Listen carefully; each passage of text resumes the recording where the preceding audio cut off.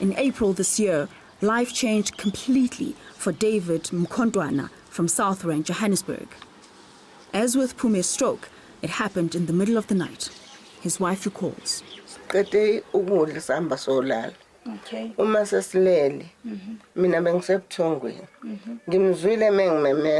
David, a former machine operator at City Deep Mine and father of 6, got the shock of his life when his once active body stopped functioning as it should.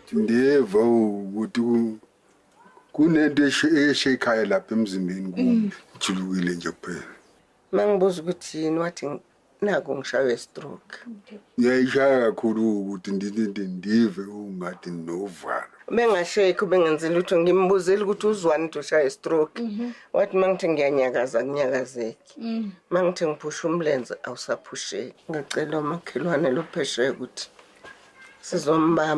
What The first 3 hours after the onset of a stroke are most critical. The sooner doctors intervene, the higher the chances of recovery. Physiotherapy is key to regaining the use of affected parts of the brain and body, but is an option not readily available at state facilities. While I was in the hospital, I didn't receive any physiotherapy there. I was admitted for a week. I wasn't working at the time. I didn't receive any therapy. I only started physiotherapy after being discharged. After being discharged, they told me to come back after 3 weeks. So I only went back for physio after 3 weeks, and I would attend it once a month. In Gauteng's public health sector, there are 2 physiotherapists for every 100,000 people. So rehabilitation is often led by family members, NGOs or social workers. The people you have just mentioned, physiotherapists, occupational therapists, etc., are very few in the public sector. They are mostly in the private sector. And we are in the process of trying to contract them at the moment through NHI fund. And that's why under NHI, we want people to have access to both of them. David is assisted by Lwandi Lequma, a home-based care worker at an NGO called Queenshaven in nearby South Hills. Nathi ngiqala ukusebenza nje ndibana naye umkhulu na ngifesene nobunzima obukhulu kakhulu. Ukuthi umuntu omdala kumele umhlambe, umtshintsha amanepi. David's speech is permanently impaired and he needs help with just about everything. Ubunzima obukhulu uyangesinda. Kodwa kufanele ukuthi ngimsuse lapha, ngimbeke la esitulweni, ngishintshe kahle ngalala endaweni emanzi. Ngiphinde futhi ngimfukule ngimphindise lapha. Umkhulu uhlala upstairs. Kuye kuba nobunzima makumele ahamba esibhedlela just because kumele sehle ama stairs. Wheelchair, kumele sibambe le wheelchair, we need to be 4 or 5 sincedisana. Lwandile takes him to a support group every week where Pauline says she's seen improvement in some patients. Baningi abantu esibaziyo abane-stroke abaphila naso. Abanye siyababona masaqala baba njengomkhulu. Ukuhamba kwesikhathi umbona umuntu esehamba. Tsidi Daimani is a social worker from the Gauteng Provincial Association for Persons with Disabilities. She assists with day-to-day care and witnesses hopelessness and despair every day. Once they had stroke, they think it's the end of everything. They don't want to do anything for themselves. They just sit there and think, no, they're waiting for the day to die. Today, Tsidi is visiting Mpho Mofokeng, a 50-year-old stroke survivor living in Kanana Park, south of Johannesburg. When I'm Kampara, I must walk with the steps. It's difficult. It takes a long time. And the taxi come late, physio must come early.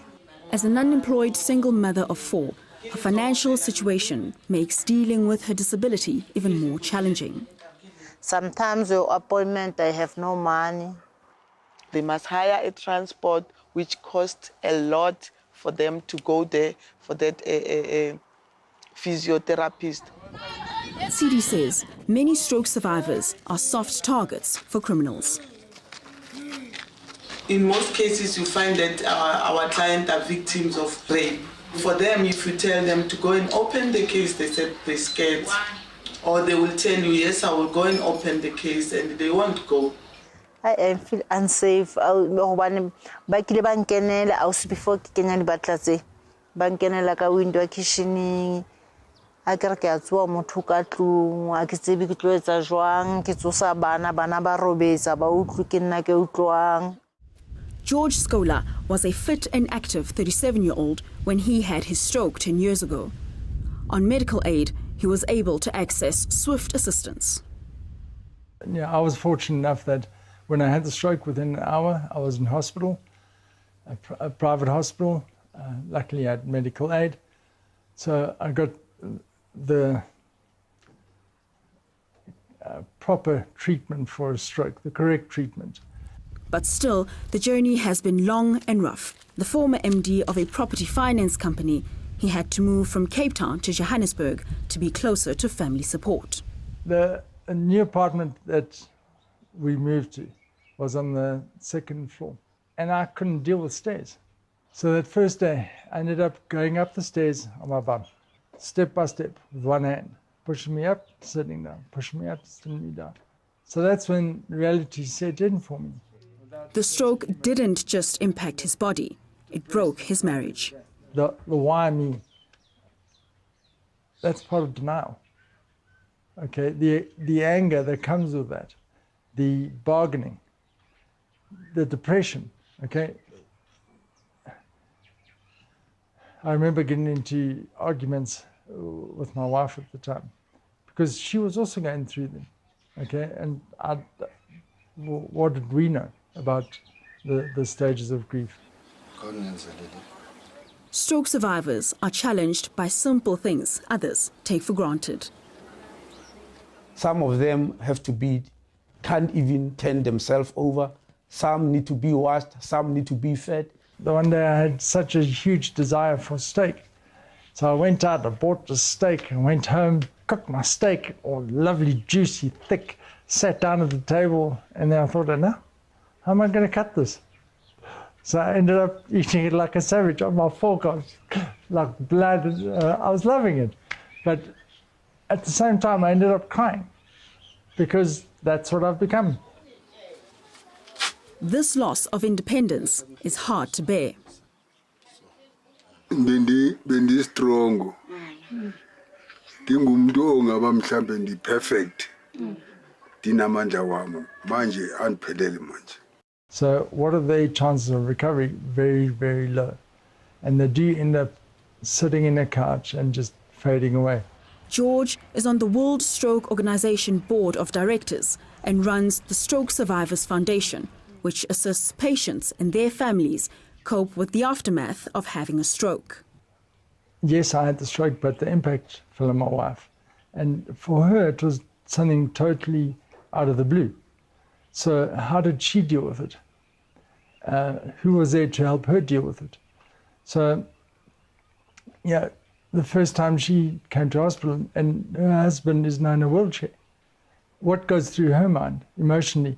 Does she go through the stages of grief? These are all things that have to be dealt with, and that's the role of the foundation. That's what we're there for, is to help the stroke survivor and also their families, because they need to be educated about what they will have to endure. When we return. If I say as a healer you are bewitched, who has bewitched you?